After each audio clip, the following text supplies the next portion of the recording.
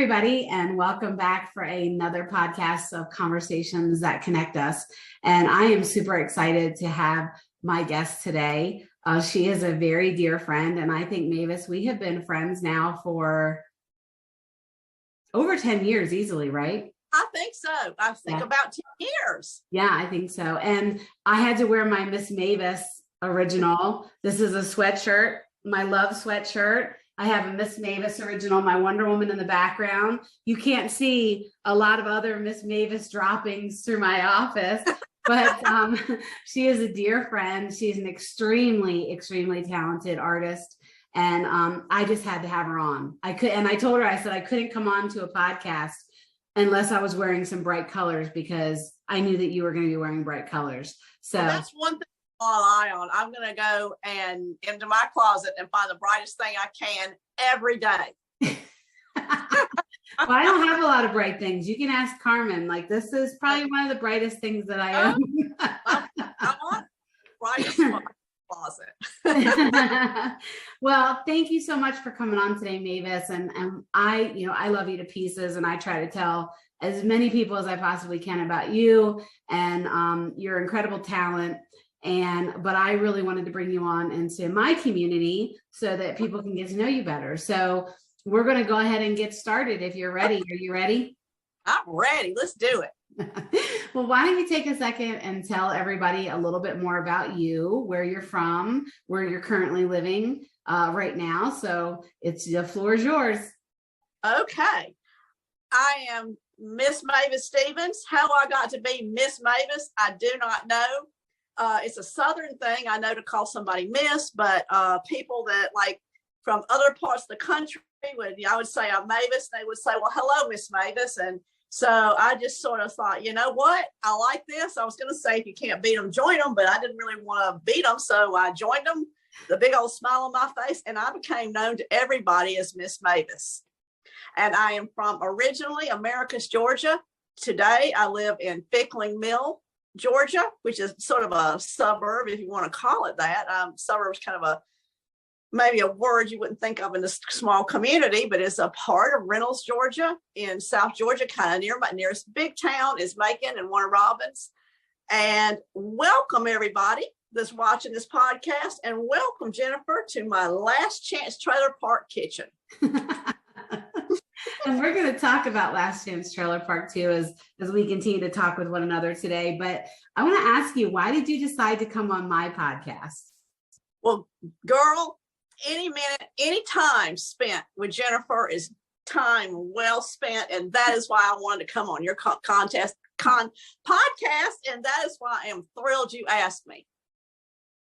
So I don't see your sweetie over there wandering around in the background, but why don't you tell us how you met your boyfriend, David? I will. It is I love telling the story because it is so fantastic. 6 years ago, this Christmas Eve, I was minding my own business, coming to visit my family here in Reynolds, Georgia, to spend Christmas with them. Again, minding my own business. I stopped at our family cemetery on like the most desolate road you could possibly imagine. I mean, like it's a road you have to go like really slow on so you don't hit deer, rabbits cross it. Almost nobody lives on it. And that's what the cemetery for my parents and my family and my wonderful aunt and uncle and my wonderful cousin that I draw strength from every day. That's where they are or have been laid to rest. And I stopped for a little Christmas visit with them. And right as I was pulling away, another car pulled in behind me. And you kind of have to know the area to realize how almost that would never happen. I mean, like nobody ever visits the cemetery. And a very handsome man, very tall, very handsome man got out, and we started talking. And he said, right over here, this is my wife. This is where she's laid to rest. My wife, Belinda. She died, I can't remember how many years at the time it was. She died on Christmas, and it was her birthday. And I said, well, this is my family. And he knew a lot of my family. And so we started talking. I kind of forgot that it even happened. I did remember him, but went on to Christmas and with my family. And about 2 days later, he Facebook friended me. We started talking. And 6 years later, here we are. And he is the absolute love of my life. Absolute love of my life. And it happens. Love happens. I agree. Love happens. Love happens. And he is a sweetheart. He really is a sweetheart. And you guys are so adorable with each other. And if he pops his head in, we'll say hi, but he may be trying to stay out of there. Pops his head in, we will definitely get him on here.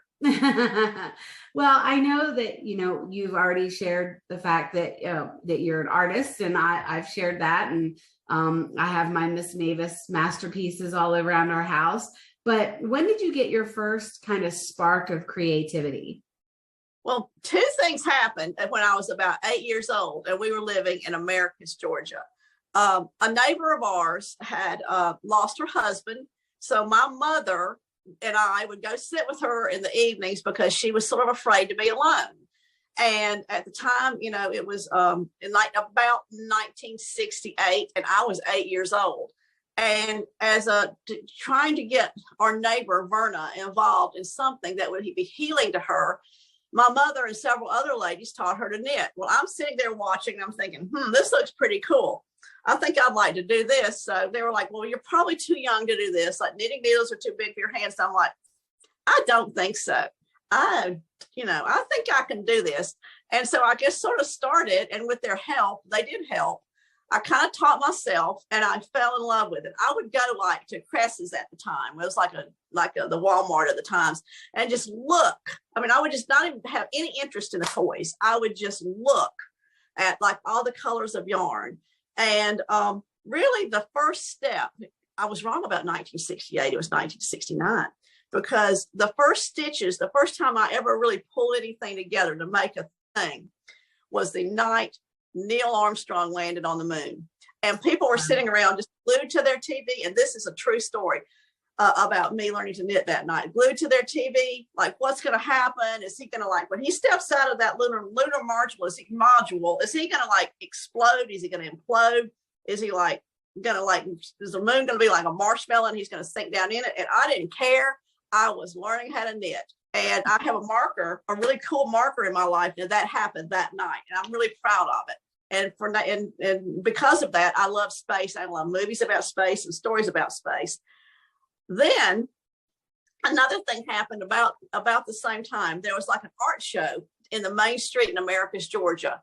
And there was an artist who was very famous in his death now. He's gone. I can't think of that word. He's Eddie Owen Martin. And he was a hippie. And he dressed like a hippie. He wore a turban. And let me tell you, in 69 in Americus, Georgia, you did not do that. And if you coming to Americus, and I saw him that day at the festival, and the next Monday in school, everybody was talking about him. And I thought, that's pretty cool. Nobody's talking about just people. They're talking about Eddie Owen Martin. And it just put something in my head. Those two things together. I had my inspiration from Eddie Owen Martin, and I had my medium from my mother's friend, my mother and her friends, that group of ladies. So put the two together, and I became a fiber artist. That's awesome. Well, how did you make the transition then into turning it into a career? Well, it was just obsessed with it.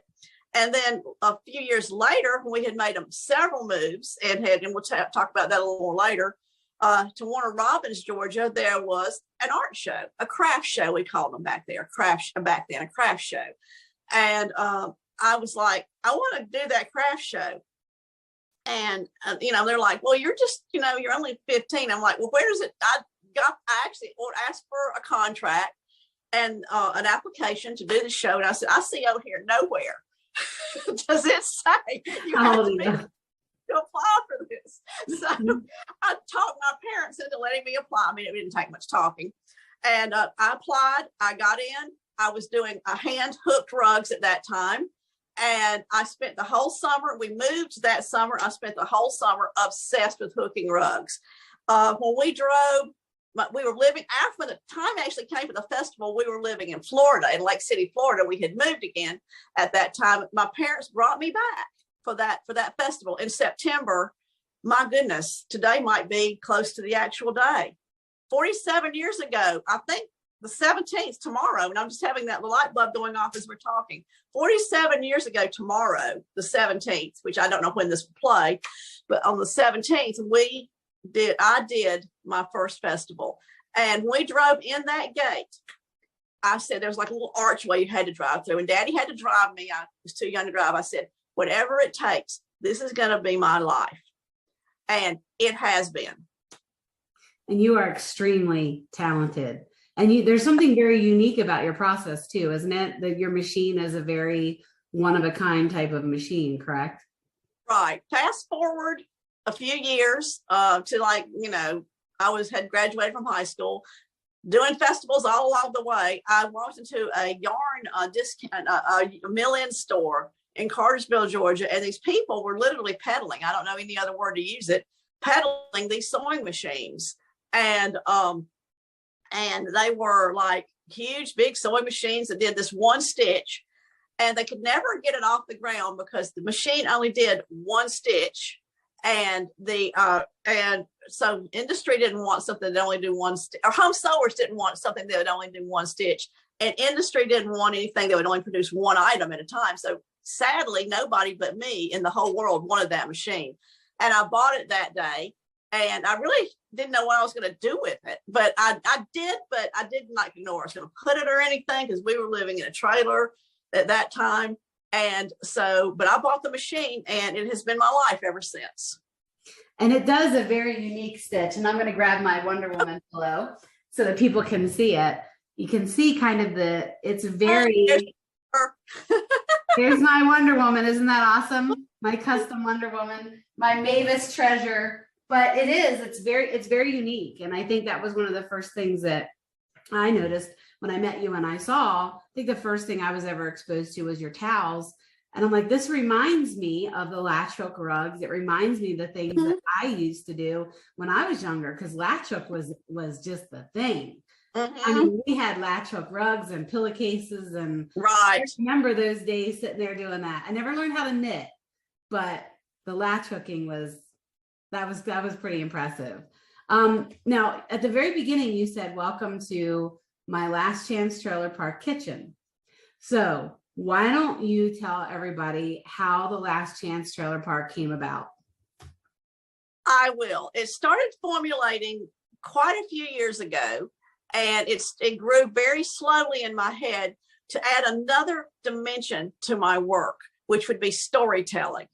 And I wanted to take all my things that I love, the things I just told you about, the skills that I just told you about, and make it into a storytelling, a storytelling event, a storytelling situation.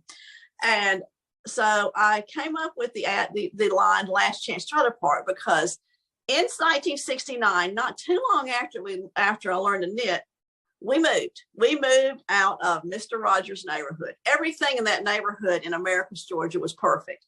In the whole neighborhood, not a blade of grass was out of place. And everything was perfect.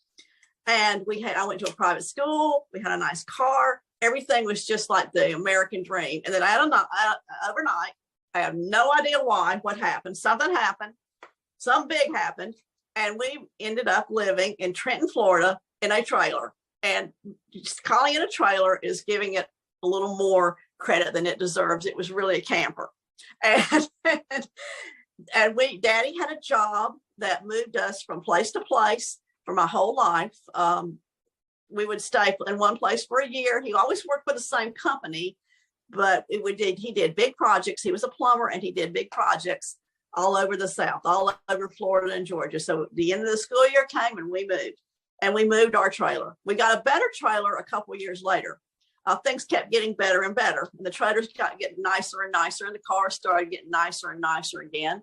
But the people that I met in those places were the most genuine, wonderful, real, generous human beings that I have ever met. And I call it trailer park wisdom.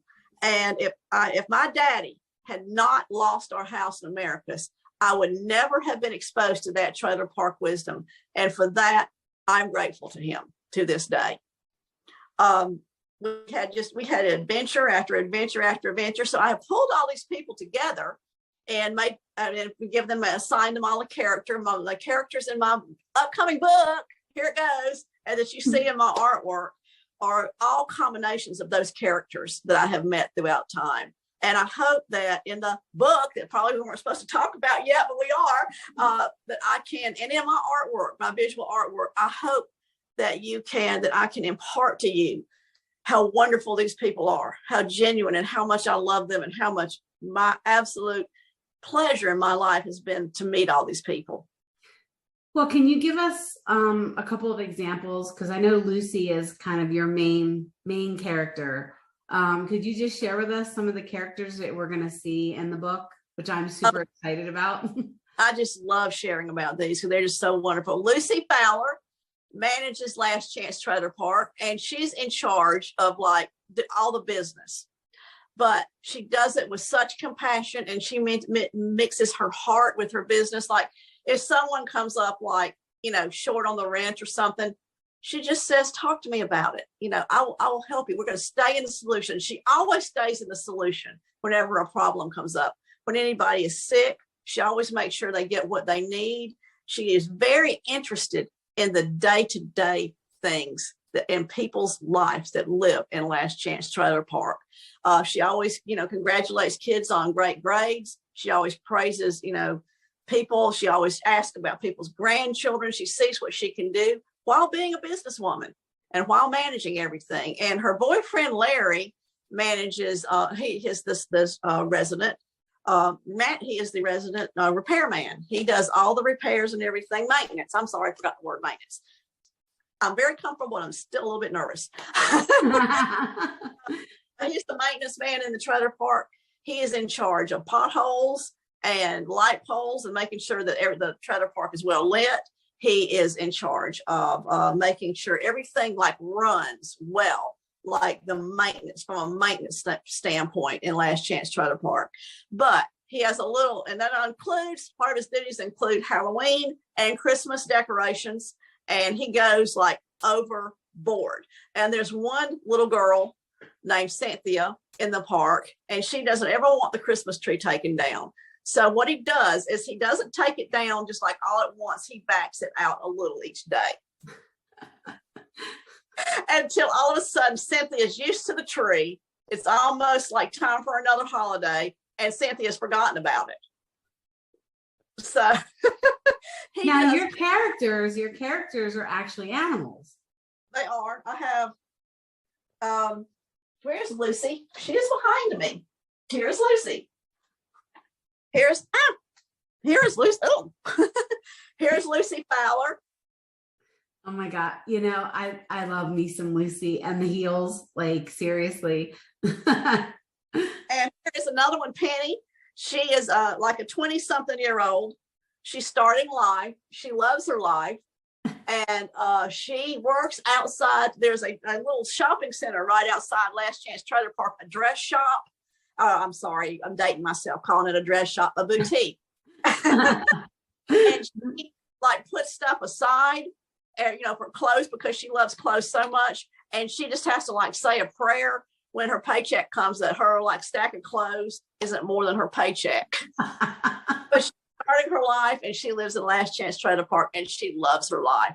And there's Donna, and she is works in a hospital not too far away from Last Chance Trailer Park. And she is heads up poker night. There's a poker night in the clubhouse, and that is the main event of the whole week. And she loves poker night. She's like the go-to person for anybody for medical advice. If it's not serious enough to have to go to a doctor, just go ask Donna. Not too long ago, Larry, the maintenance guy, Lucy's boyfriend, thought that by accident he had swallowed some chemicals when he was treating the pool. But he went to Donna, asked her, went over to her trailer, knocked on the door, asked her what she thought. She said, she sat him down, she calmed him down. It turned out it was just his imagination that he had swallowed any chemicals.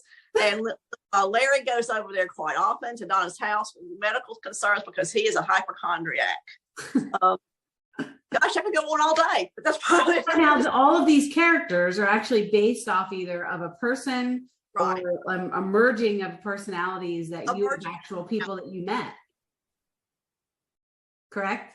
Correct. Absolutely. That is what it is. Almost nobody is none. One more I want to mention because people love him so much. Raul Flamingo, who is a yard art artist. He is not yard art. Now, do not mistake him for a piece of yard art because he is the one that makes yard art. And fun fact that I was not planning on telling you, I saw on Google last night that there are more pieces of flamingo yard art in the world than there are flamingos. Really? That's great. Well, I mean, when you're in Florida, aren't you glad you know that? Isn't that useless? There's more information. Yeah, this is one of those things I never knew I needed to know. Yeah, you see them everywhere in Florida. You do. Especially around Christmas too.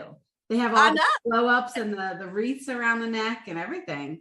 Well, I'm glad you said that because I'm going to have a line of Christmas things with Raul and all his glory with all his Christmas, decorations and all.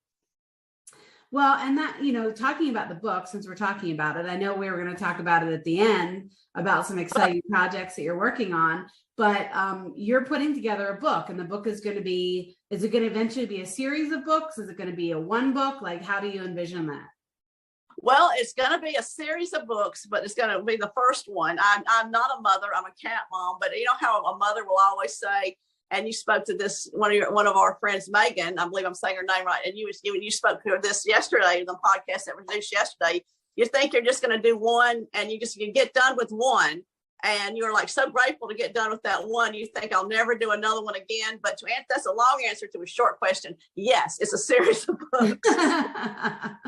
But I think they're going to be so great. And people that are going to, I know for me, even being 51 years old, am I going to share them with my grandkids? Of course. But this is going to be a book for me. You know what I mean? Because again, I think there's going to be people in your books and even in all the products that you make that people identify and resonate with the character. So that's the thing.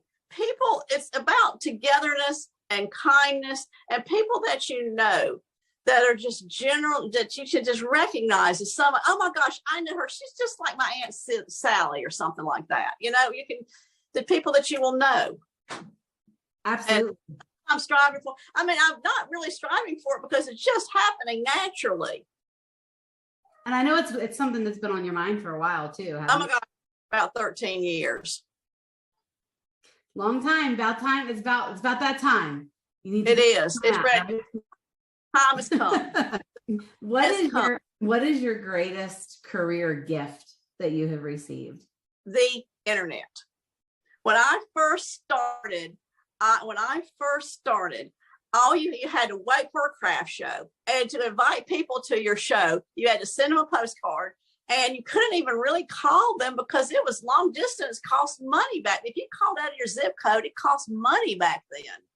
And to be able to be in touch with the whole world, like we're talking now, it is fabulous. Now, I do understand and I do respect that everything about the internet is not good. And there are some very bad things out there.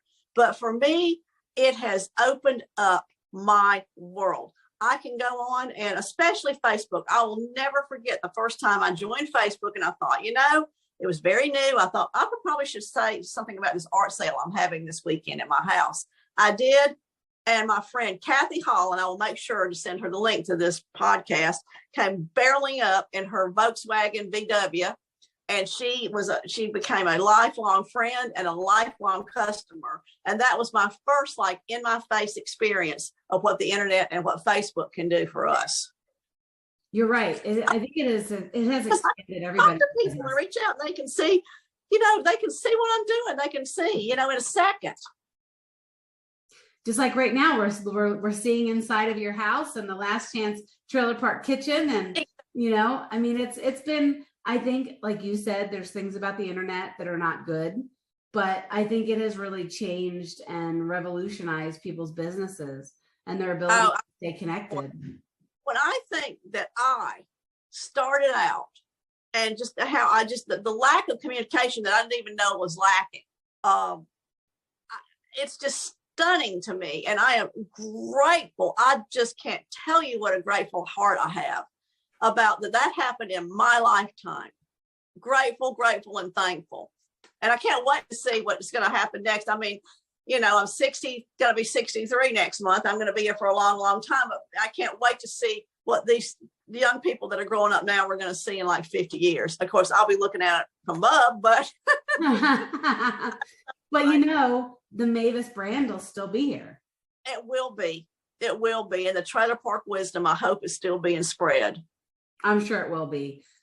So we talked a little bit about the book, but what other current projects are you working on? And can you tell people if they can, are you doing a pre-order on the book, or how's, you know, tell us what's going on in Miss Mavis's world right now. The things that are happening right now on a day-to-day basis are comments sold. I am on the comments sold platform to sell my artwork and to tell my stories. That is live sales. Live sales made easy is how I describe it. Every Tuesday at 7 p.m., I'm doing a live sale, which is also mixed with storytelling, again, about, guess what, Last Chance Trailer Park. And it's at 7 p.m. on Facebook.com/Miss Mavis Fun House. And we will put that in the link. It's also, I'm hoping to add Instagram really soon when I can figure out which box it is. I'm supposed to check to link that. And Comment Soul is also promising to be on TikTok real soon. So yay. I'm very excited about that because I get, you know, you'll see more of what you're seeing right now on that. And the book, of course, and I am doing a pre-sale of the book. And if you don't go on Comment Soul, there'll be a link in the comments or in the description or somewhere. There'll be a link on how to buy the book, pre-buy the book, which will be done at a greatly reduced price. It's $19.95 to pre-buy the book, and will be at least $24.95 at least if you wait till the book comes out. One of the things too that I want to make sure everybody understands is that you do custom orders, because I know we have gotten quite a few things from you. One of them was a pretty large tapestry that actually told the story of my husband's parents coming from Italy. And then, you know, we've gotten, I'm going to show you them. This is Thor's pillow. Aww. Picture of my dog Thor you made. This is Flora. So when I say custom orders, like if you're a pet parent, you need these little pillows. Like I don't allow, you can see Thor actually got a hold of his pillow right here, Miss Mavis. I didn't think that. I told him, I said, you're going to touch these pillows and Aunt Mavis is going to get really upset at you. But these are just some of the custom orders. You do pillows, you do stockings. So tell us a little bit about how people can do custom orders with you. Okay. They can email me at mavis@missmavisfunhouse.com. And we'll have that also in the link. And I want to show you something else too. I want to show you. This is my kitty, and he's right there, but he's scared to death of the ring light. And so you will not actually see him. I'd love to show you, but he got into the mayonnaise in the refrigerator. So this is what I did for David, my boyfriend, of our kitty, and they're stuck like glue. And then here is one. I'm showing you this. This is David on a towel. He's very tall, and David and RJ are like joined at the hip. And they're part of the book too. So I wish that, and David is like sitting outside right now, and RJ is like looking out the window, wishing he could be outside. Aww. Yeah, so this is a custom piece I did too, and they are part of the book also. Well, and I would highly encourage you, if you want to talk about a unique gift that you can give somebody, especially with the holidays coming up. We had Mavis had done towels for us that had Padre Pio on them, I think, or I can't remember who specifically, but we took them to Italy with us and gave them to my husband's cousins and stuff, and they loved them. Took them to Canada with us. So you want to talk about a unique gift. Now you're doing zip code towels. I am doing just a lot of, we have a black bear towel, we have a Bigfoot towel, like you name it. She has figured it out. So I would definitely tell you to reach out to her for that one. If you're looking for something seriously unique and one of a kind, absolutely, hands down. What is the wish that you have for people that are watching this, that are taking away from our conversation? What is a wish that you have for them? If you have an idea in your head, no matter what your place in life is, no matter how old or young you are. If you have an idea in your head, and you may never ever even told anybody the idea, do yourself and the universe a favor and make that idea happen. When I started, like back in the 70s, I had no idea what my path was going to be. And I had no idea the internet was coming. Whatever it is you want to do, if you don't, it doesn't seem doable to you, and it's really sincerely your dream, your internet will come. Your thing you need to really make it happen for yourself will come. Please, please, please do it for yourself, but not only for yourself, do it for the world. The universe weeps when creative people or people with ideas do not follow through with the idea. I couldn't say it any better than that. And I can tell you, for however many years that we've known each other, anytime I'm around you, you are just the epitome, literally, of love.